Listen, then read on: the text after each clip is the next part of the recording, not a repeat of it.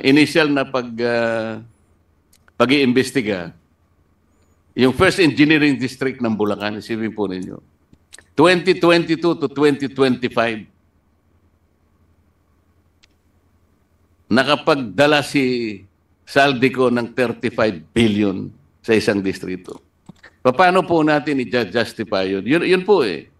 Maaring drastic po yung sinasabi namin na tanggalin lahat ng ano. Ngunit, yung ganun pong pangyayari, kung ano man ang katapat na solusyon nun, drastic man o hindi, dapat hindi nangyayari yung ganun. Grabe mga kababayan. Breaking news ito. Grabe itong isiniwalat ni Senador Marcoleta. Sa loob lang daw ng 3 taon, no? 2022 to 2025. 35 billion sa isang distrito lang itong dinala ni Saldico sa Bulacan daw mga kababayan. Grabe itong isiniwalat ni Senador Marcoleta. Talagang nakakagulat ito. Nag-iimbestiga pala ito sila. Grabe. Talagang ang lupit talaga ng senador na ito. Itong si Senador Marcoleta mga kababayan. So balikan natin yung ano no. Itong issue nga dito mga kababayan. So ito yung pinag-usapan kanina sa Senate budget hearing, no? At humarap dito si Secretary Vince Dizon mga kababayan. So panoorin natin. Pero dito na tayo banda. Kung saan sinabi ni Senador Marcoleta na magpinsan daw sila ni Secretary Vince Dizon. Totoo kaya ito? So ito na. Alam mo, Mr. Chair,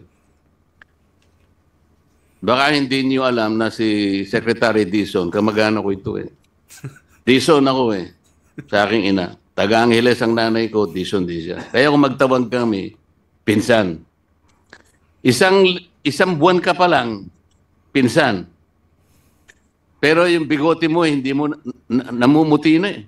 Ano kaya kung tumagal ka ng 6 months? Ako'y nalulungkot sa'yo eh.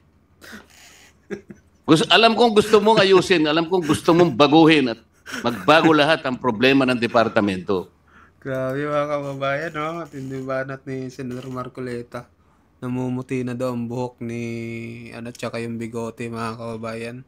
Tsaka yun, napansin ko rin kay Secretary Vince Dizon na grabe yung boses niya, parang, alam mo yon sobrang stress na mga kababayan dahil dito sa nangyayari sa DPWH. Grabe tuloy natin. At ako ay isa sa naniniwala, tsaka gusto mo na mabago mo ang maraming problema na kinasasangkutan mo ngayon. Kung matutulungan ka lang namin sana ng higit pa sa magagawa namin ngayon, ay gagawin namin. Alam ko naman ang ating chairman ay isa sa mga maasahan natin kung pag-uusapan ay yung paglilinis ng departamento. Katulad halimbawa, nung kami po ay naghihiring sa ibang komite, yung Philippine Science Agency, siya pala ay may kakayahan na magbigay ng maraming pantulong sa mga iba't ibang ahensya ng ating pamahalaan. Alam din niya kung anong pwedeng itanim sa anong lugar. Meron yata silang mga technology na nakakalap o nagagamit, may mga equipment sila. Ang sabi ko sa kanila, Mr. Chair, Secretary, bakit hindi mo tulungan ng DPWH? Hirap na hirap sila. Isip-isipin mo ako, yung sumbong sa Pangulo na ginagamit nila ngayon ay nanggaling sa MYPS application. Dapat sana ang ginamit yung PCMA application. Kaya makikita po ninyo kako, pag kinumpara nyo yung dalawa, magkakaroon po kayo ng discrepancy ng coordinates. So, tumatango-tango si Yusek Conti. Tama o hindi? Ako po kasi, nireview ko yung mga submissions. Dahil binigyan po ako ng USB ng Pangulo nung simulan ko po yung Blue Ribbon nung ako pa po ang chairman. Kaya hindi ko po extensively nagamit sapagkat yun lamang siniyasat namin, nakakuha na ako ng mga ilang projects, nag-random lang ako, 15 yung nakita ko, magkakaiba yung coordinates, hindi pareho. Magmula sa 67 to at least 477 meters ang coordinates na pagkakalayo. Ay sabi ko sa Philippine Science Agency, bakit hindi mo ako tulungan? Nakita mo, wala pala kayong wala pala kayong satellite connection dahil mahal daw. Sabi ko, kahit mahal ito, Secretary, kung ito ang kinakailangan para lamang yung inyong mga encoder sa baba, hindi nakakagawa ng kalokohan na ipinapalit-palit yung mga litrato na kunwari tapos na yung flood control, hindi para tapos. Ang ginagamit lang nila mga cellphone na yung signal mahina pa. Kaya nga, pag mahina ang signal, lalong lalayo ang coordinates. Hindi ba, Jose Cador? O, yan po eh. Isip-isipin na, sasabihin po ninyo na sa PCMA po real time. Wala pong real time. Yung encoder po ninyo, ginagawa po niya, nag-i-encode siya every end of the month. So monthly. Wala talaga eh. Sa totoo lamang po, wala ni isa man na po pwedeng sabihin natin real time kung anong nangyayari on the ground. Ito yung kinakailangan pong gawin. Nabiro ko pa nga po sila eh. Hinahanap po namin yung mali-malitang pera na nakatago sa mga iba't ibang lugar. Na nakolekta nila sa flood control. Pwede po ba niyong malaman sa magitan ng inyong equipment kung nasaan ang mga perang ito? Kahit na biro lang nasasabi namin, Secretary, sapagkat kailangan po nating gawin lahat. Ang lahat ng kaparaanan, maitama lang natin ang maraming dapat itama. Hindi natin magagawa. Siguro magtatagal bago natin magawa. Ngunit kapag naumpisahan natin by acting on the side of caution, not erring on the side of caution, yun po ang dapat natin gawin, Mr. Secretary. Mr. Chairman, we agree po, no? 100%. At ang Pangulo po mismo, yun po ang direktibang binigay niya sa akin nung bago po kumupo. At yun po ang pipilitin natin gawin. Of course, with the help po ng ating komite, ng ating mga ibang opisyalis po. Kasama na rin po ang Philippine Space Agency dahil ang satellite feed po na real time, kung mayroon, kahit na hindi yan araw-araw, kahit na once a week lang o once every 2 weeks, napakalaking bagay na po nun kung magagawa po natin yan. Yung po mag-audit ng project natin, pwede kaya natin gawin, Mr. Chair, na kasangkapanin na lang natin ng JICA para po makita yung... Kasi sa aking pagkakaalam po, yung kanilang mga auditor, yung kanilang mga engineers, mapagtitiwalaan po eh. Baka sakaling yun po ay makatulong din sa atin.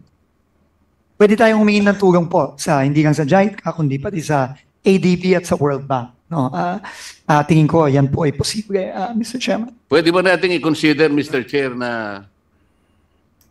Grabe yung boses ni ni Secretary Vince Dizon. Talagang namamaos na siya, mga kababayan. So, grabe rin siguro to sa trabaho, no? Batak na batak, workaholic na dahil nga sobra din yung mga nangyayari ngayon sa DPWH. Dagdag pa na may binisto pa Silvestre, no, na yung undersecretary ba yun, yung nabisto, mga kababayan, na bigla ding nag-resign dahil nga may connection sa mga contractor daw, mga kababayan. Kasi po nung nagmi-meeting kami sa Blue Ribbon, isa po sa mga lumitaw na mga rekomendasyon, dahil nagsisimula po yung corruption sa mga engineering districts. Pwede kayang i-streamline natin yun. Ang suggestion nga po, alisin na yung mga engineering districts. Meron ba tayong ibang alternative? Kung sakaling tanggalin ang mga engineering districts, halimbawa, kung ano man alternative na gawin natin, wag na ganun karami. Pwede po nating pag-aralan, Mr. Chairman. No? Marami po talagang kailangan repasuhin at baguhin, no, dito sa departamento. Dahil nakita naman po natin na yung current na sistema nagresulta dito sa kikita na natin ngayon. So, kailangan po talagang baguhin. At, Pangkaraniwan po kasi, Secretary, hindi naman lahat lahat nangyayari sa mga districts. Ang congressman po kasi, ang siyang nakapangyayari doon sa pag-appoint ng district engineer. Hindi po sa lahat ng pagkakataon ganoon. Meron namang hindi. Pati pag-alis ng engineer o district engineer, nandun pa rin sa kapangyarihan ng kung sino man yung makapangyarihan ng congressman na yon. So nakita po ninyo sa aming initial na pag-iimbestiga, yung first engineering district ng Bulacan, isipin po ninyo, 2022 to 2025, nakapagdala si Saldico ng 35 billion sa isang distrito. Paano po natin i-justify yun? Yun po eh. Maaring drastic po yung sinasabi namin na tanggalin lahat ng ano. Ngunit, yung ganun pong pangyayari, kung ano man ang katapat na solusyon nun, drastic man o hindi, dapat hindi nangyayari yung ganun. 35 billion sa loob ng 4 na taon. Kulang-kulang sa 8 billion pesos per year, Mr. Secretary. So, ito po yung dapat nating tugunin. Ito po yung dapat nating i-address para yung sistema po. Mahirap baguhin ang sistema, ngunit kailangan po nating i-address sa lalong madaling panahon. Maraming salamat. So, ayun, mga kababayan, oh, grabe, no? 35 billion sa loob ng 4 na taon simula 2022 hanggang 2025, mga kababayan. Grabe si Saldico, no? Antindi. So, ano opinion nyo dito, mga kababayan, sa naisiwalat ni Senador Marcoleta? Grabe, nakakagulat ito. So, ano opinion nyo, mga kababayan? Mag-comment kayo, mag-like at mag-subscribe sa ating channel. Sa mga bago dyan, no, huwag nyo kalimutan mag-subscribe po, mga kababayan. Ayan, thank you po. Bye-bye.